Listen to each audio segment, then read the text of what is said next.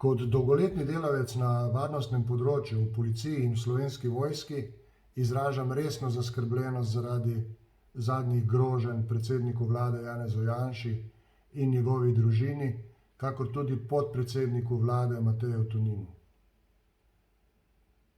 Anonimni pošiljatelj grozilnega pisma je tokrat priložil tudi naboj za strelno orožje.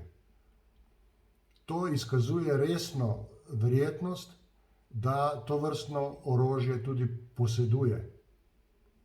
Ker je anonimen, ne poznamo njegovega psihološkega profila in ne vemo, koliko časa že v sebi generira jezo in sovraštvo.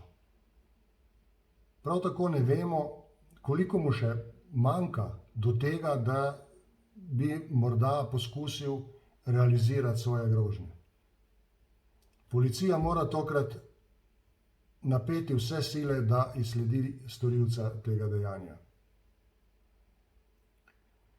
Tožilstvo do zdaj v grožnjah s smrtjo ni prepoznavalo elementov kaznivega dejanja, čemur se tokrat nedvomno ne bo moglo izogniti.